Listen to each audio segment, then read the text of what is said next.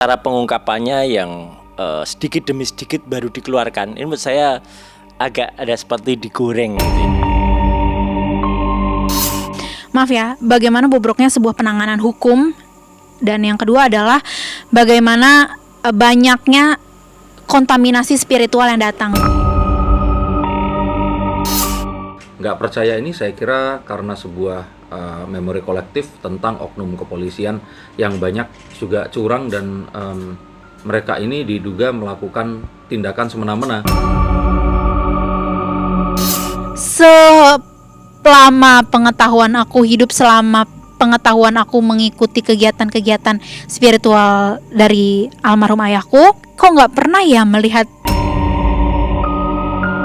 Bahkan akan bermunculan juga nanti orang-orang baru yang akan mengaku sebagai ini dan bahkan ini akan menutupi seseorang yang sesungguhnya yang akan dicari.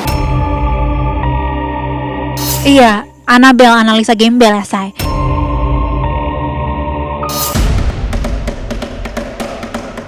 Semakin hari, kasus kematian Vina dan Eki kian tidak pasti. Seperti ada yang sengaja membuat kasus ini berjalan lambat, sehingga terus-menerus menjadi perhatian publik. Setidaknya, analisa itu disampaikan pakar telematika Roy Suryo menanggapi munculnya CCTV peristiwa 8 tahun silam. Sementara itu, masih banyak misteri lain yang muncul tak terduga. Mulai dari teka-teki siapa sesungguhnya Mel-Mel, hingga soal kesurupan-kesurupan yang tidak hanya sekali. Tapi mungkinkah memang ada yang ingin ditutupi dari kasus ini? Benarkah kesalahan sudah dimulai sejak awal penanganannya 8 tahun silam? Lalu, apa yang bisa diharapkan dari kasus yang kian ruwet ini? Jangan dulu berlalu, masih akan banyak keganjilan terjadi di sini. Dan jangan lupa subscribe, like, share, dan komen agar tak ada yang terasa ganjil di sekitar Anda.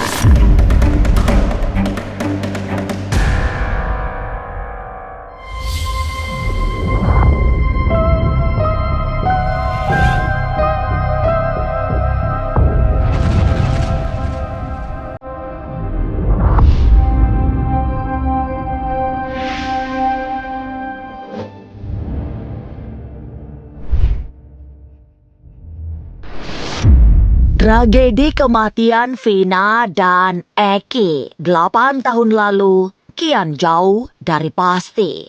Setidaknya, hingga saat ini masih banyak teka-teki yang sulit ditebak akibat kasus yang kian ruwet. Sementara itu, tidak sedikit perkembangan baru yang justru membingungkan. Mulai dari demo pro Vina hingga kerumunan para peziarah yang berdatangan ke pusara Vina. Belum lagi soal CCTV yang menjadi perhatian pakar telematika Roy Suryo. Padahal semestinya CCTV itu sudah ada sejak 8 tahun silam, tapi baru dikeluarkan sekarang. Itu pun dalam potongan-potongan yang masih penuh tanda tanya. Andai polisi mau menurut pandangan Roy, semestinya kasus ini mudah. Sebab polisi memiliki perangkap yang canggih untuk mengungkapnya. Saya sebagai wanita, sebagai perempuan, sebagai seorang ibu, saya tidak rela apabila keturunan kita, keturunan saya diperlakukan seperti ini. Setuju? Yang ditampilkan dalam CCTV itu masih berupa potong-potongan. Nah, menurut saya memang saya bisa saja juga mengatakan bahwa polisi harus menindaklanjuti ini, gitu ya. Kenapa ini tidak diungkap sejak dulu? Ya, saya yakin polisi itu memiliki keahlian dalam hal ini. Saya tidak tidak menafikan keahlian polisi. Canggih polisi itu kalau jadi yang pertama sebenarnya kalau saya lihat kasus Vina ini memang menurut saya sih ada yang aneh ya. Anehnya begini, bukan hanya dari kasusnya yang baru terungkap sekarang, tapi cara pengungkapannya yang sedikit demi sedikit baru dikeluarkan. Ini menurut saya agak ada seperti digoreng gitu ya, gitu digoreng supaya kasusnya panjang. Mungkin dari awal kasus itu udah ke-up, itu ya harus diusut gitu, karena ini memang ada something di belakang itu yang kalau misalkan memang ada yang bersedia untuk jujur, ya udah. Sebenarnya kuncinya adalah kejujuran. Sebagai anak seorang tokoh spiritual sekelas Joko Bodo, Sasti memang terlatih kepekaan batinnya, sehingga bisa melihat ada banyak kepentingan yang ikut membuat kasus Vina bertambah ruwet. Apalagi sejak awal sudah melibatkan hal-hal yang bersifat spiritual. Dalam pandangannya sebagai anak yang biasa mengikuti perjalanan spiritual Ki Joko Bodo, Sasti melihat banyak yang tidak bisa dipercaya dari informasi spiritual yang bermunculan. Apalagi kasus ini sudah terjadi 8 tahun silam. Maaf ya, bagaimana bobroknya sebuah penanganan hukum. Dan yang kedua adalah bagaimana banyaknya kontaminasi spiritual yang datang gitu. Jadi sebenarnya apa yang memberikan informasi secara spiritual itu nggak bisa dipastikan kebenarannya benar loh, karena banyak sekali manipulasi-manipulasi yang bisa datang dari arah spiritual gitu untuk kasus ini. Nggak cuma kasus ini doang, kasus lain, karena ini kasus udah lama banget. Kasus ini udah lama banget, baru dibuka, baru diangkat sekarang, yang mana jelas banyak sekali orang yang punya kepentingan lain yang bisa memanipulasi itu gitu. Apalagi secara spiritual itu bisa sangat amat bisa dimanipulasi. Barangkali benar ada kepentingan yang ikut bermain di dalam kasus pembunuhan Vina. Tapi kartu tarot yang dibaca Denny Darko memberi sinyal akan ada tersangka baru. Sosoknya perempuan. Tidak hanya satu tersangka, tapi bisa ada lebih tersangka baru. Hubungannya dengan Vina bukan pertemanan, melainkan sebatas saling mengenal. Tersangka selanjutnya iya, dan sepertinya seorang perempuan. Ini baru dugaan ya. Kalau dari kartu ini kartu tentang pertemanan, kenal, tapi bukan sahabat. Kalau seperti itu saya kan nggak bisa ngomong ya. Tapi kalau apakah ini sebuah hal yang dibilang, ya saya melihat bahwa bisa saja ini tidak terlibat sama sekali atau terlibat. Tapi kembali ya, ini biar pihak kepolisian yang menentukan. Tapi saya rasakan bahwa nanti ini tersangka itu akan bertambahnya itu nggak hanya cuma satu orang. Yang tadi saya katakan satu itu sesuatu yang feeling saya kuat. Nah, tapi kalau saya katakan ada yang lain, sepertinya bisa saja ada. Dan ini bisa laki-laki. Memang tidak sedikit yang mesti diungkap. Bahkan sejak awal penanganan kasus ini 8 tahun silam. Itu yang membuat publik mulai meragukan, bahkan tidak percaya dengan pengungkapan kasus Vina di awal kejadian tahun 2016 silam. Nggak percaya ini saya kira karena sebuah memori kolektif tentang oknum kepolisian yang banyak juga curang dan mereka ini diduga melakukan tindakan semena-mena dalam penegakan hukum atau apapun yang mengatasnamakan hal itu tadi. Tapi saya katakan bahwa masih banyak anggota polisi yang integritasnya tinggi, bisa kita percaya. Dan saya masih percaya bahwa apa yang diputuskan oleh kepolisian ini tidak gegabah.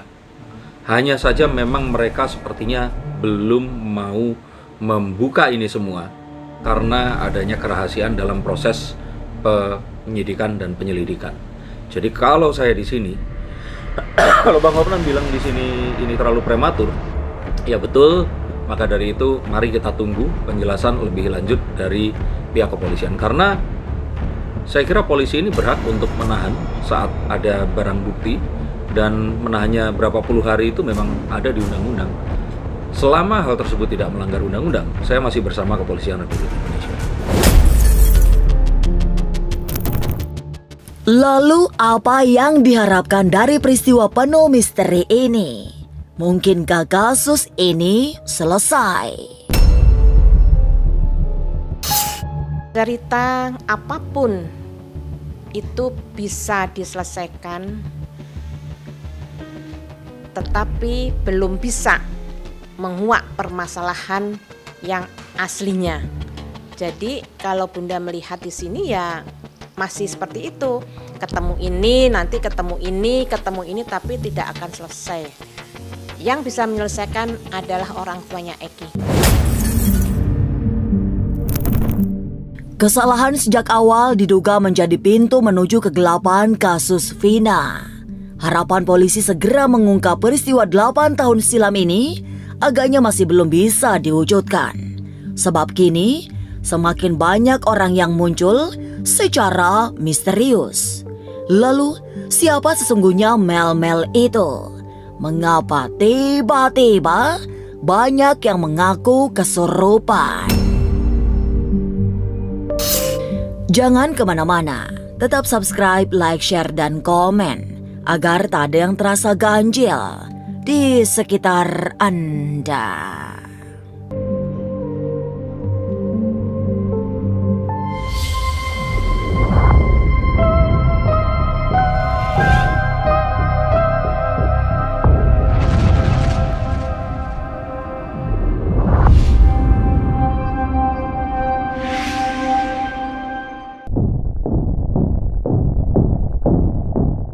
Kasus yang semakin ruwet dalam pandangan spiritual Velin seperti sengaja diciptakan.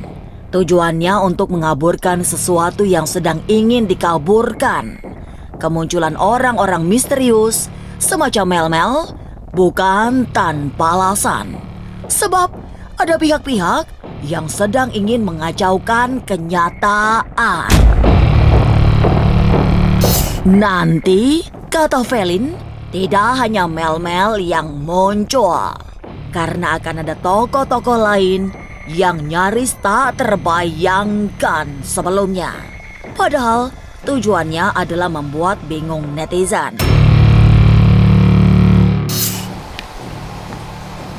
Posisi Mel-Mel ini adalah orang yang menggantikan seseorang tersebut, sama halnya dengan seseorang yang kemarin ya, dia adalah sebagai sosok pengganti. Artinya adalah dia tidak berada di sana dan dia adalah sosok dari seorang pengganti, mewakilkan seseorang, tapi bukan yang sesungguhnya.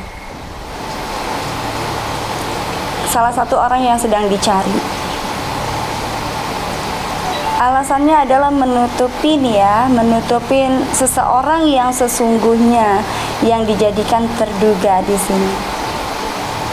Sosok dia adalah menggantikan sesosok yang itu tadi ya, untuk membuat kasus ini akan menjadi ngeblunder dan tidak jelas dan akan kemana-mana. Akan dihadirkan beberapa orang juga yang akan bermunculan, yang akan membuat bingung ya, pada akhirnya membuat bingung masyarakat dan netizen, bikin ngeblunder dan bikin isu baru ya, trust issue, di mana pada akhirnya kasus ini nantinya akan ngambang gitu, seperti itu. Jadi memang ini diciptakan ya, ini diciptakan, akan bermunculan juga nanti orang-orang baru yang akan mengaku sebagai ini dan yang tadinya tidak kepikiran jadi akan kepikiran. Bahkan ini akan menutupi seseorang yang sesungguhnya yang akan dicari. Selain Mel-Mel, sebelumnya muncul pula Linda yang kesurupan untuk kedua kalinya. Seperti diketahui, Linda pernah mengalami kesurupan 8 tahun silam. Banyak yang percaya Linda kesurupan arwah Vina, sehingga kasus yang semula disebut kecelakaan tunggal menjadi pembunuhan.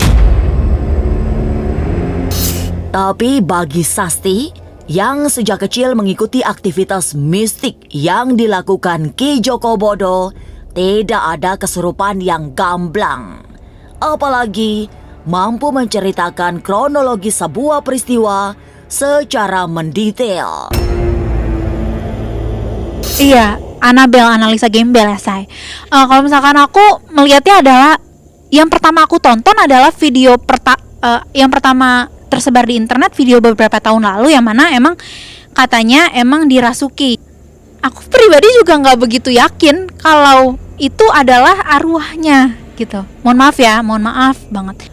Selama pengetahuan aku hidup, selama pengetahuan aku mengikuti kegiatan-kegiatan spiritual dari almarhum ayahku, kok nggak pernah ya melihat kejadian spiritual yang sangat amat detail. Maaf ya kalau misalkan sok tahu, tapi kayak alurnya terlalu detail dan kayaknya mungkin justru yang menceritakan detail itu yang malah tahu sebenarnya. Selama emang aku mengetahui mengenai kasus-kasus kesurupan dan lain sebagainya, tidak ada yang bisa sampai sedetail itu sih, apalagi kembali lagi dalam kurun waktu bertahun-tahun.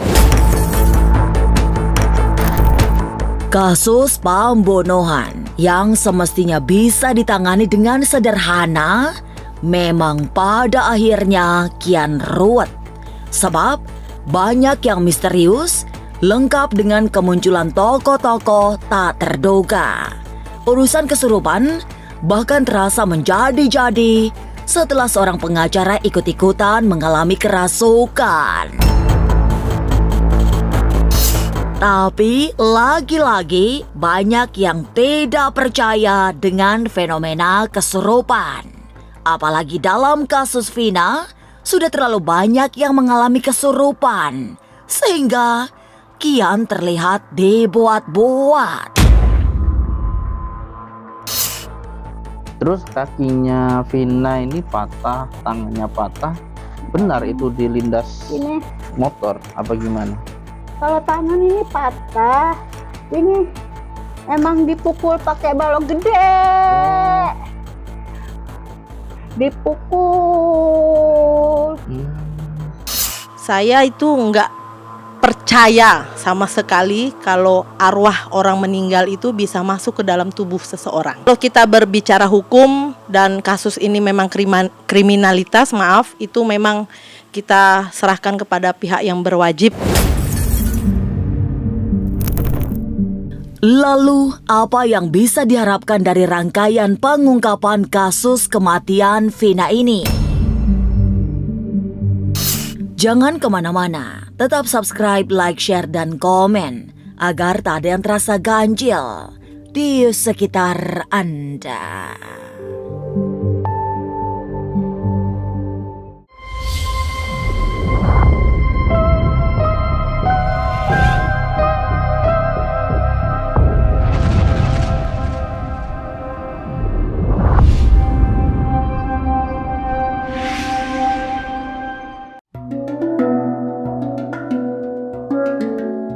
Tanda-tanda terkuaknya tragedi kematian Vina rasa-rasanya masih akan jauh. Hingga saat ini, penyidik Polda Jawa Barat juga masih mengebut proses penyelidikan. Semua berharap kasus yang menggemparkan publik ini bisa diungkap secara gamblang tanpa menyisakan misteri.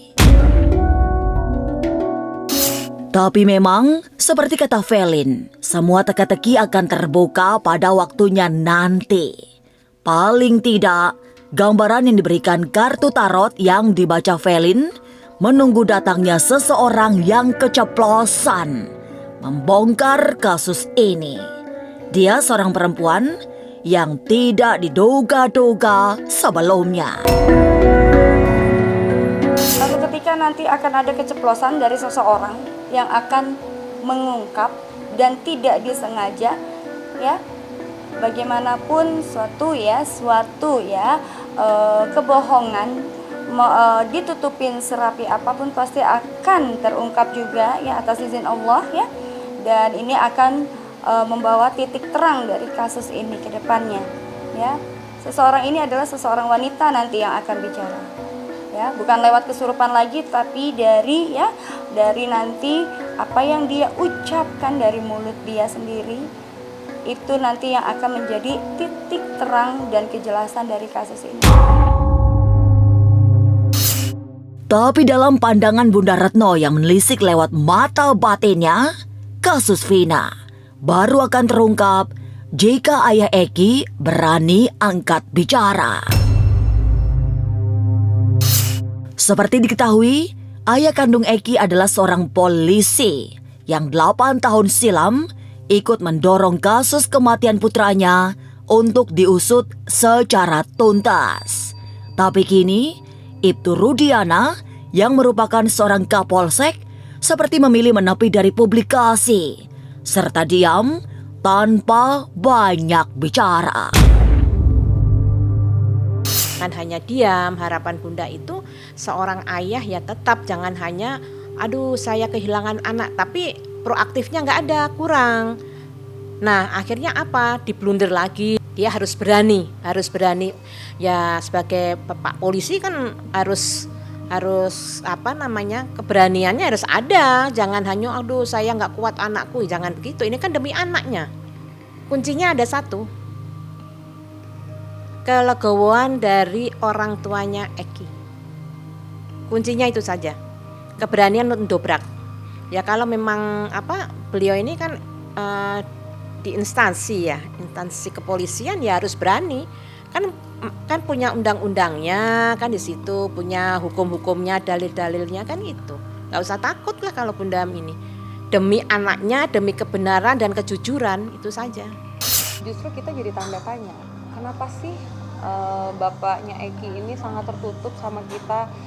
Bapak Hotman langsung ya, yang sudah WA, Instagram, melalui Instagram itu tidak dapat jawaban sama sekali, maksudnya nggak dapat respon apa-apa. Jadi ya kita justru bertanya-tanya, kok sampai sekarang nggak muncul, nggak keluar memberikan statement apapun.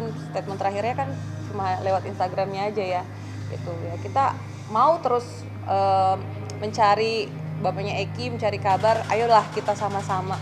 Apa yang beliau ketahui, kita ini kan tim kuasa hukum baru, beliau itu kan yang ada pada tahun itu. Ya ayo kita tukar informasi. Jadi sehingga kasus ini menjadi terang benderang, nggak banyak spekulasi-spekulasi yang beredar seperti sekarang. Kita jadi tanda tanya juga, kenapa jadi tertutup? Harusnya kan kalau anak kita menjadi korban ya, apalagi kasusnya sudah viral gini, harusnya ya senang gitu kan. Akhirnya kalau memang benar-benar pelakunya itu belum tertangkap semua, ya akhirnya jadi tertangkap gitu. Nah ini kita sama sekali belum dapat berhubungan langsung dengan.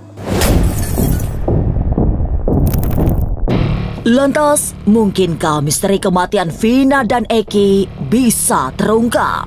Lalu, siapa pembunuh pasangan kekasih itu? Kalau pelaku tertangkap, saya kira ya, jika ternyata memang apa yang dirilis oleh kepolisian ini benar adanya, ya sebenarnya kan sudah tertangkap. Tinggal pembuktiannya di pengadilan nanti bahwa memang Peggy ini adalah pelaku. Peristiwa berdarah yang mengakibatkan Vina dan Eki menghembuskan nafas secara tragis memang masih serba rumit. Belum ada tanda-tanda kasus ini terungkap dalam waktu singkat. Padahal publik sangat menanti kejelasan serta semua teka-teki di balik pembunuhan Vina. Tapi semogalah polisi segera menemukan titik terang sehingga masyarakat luas tidak terus-terusan disuguhi drama tak berkesudahan.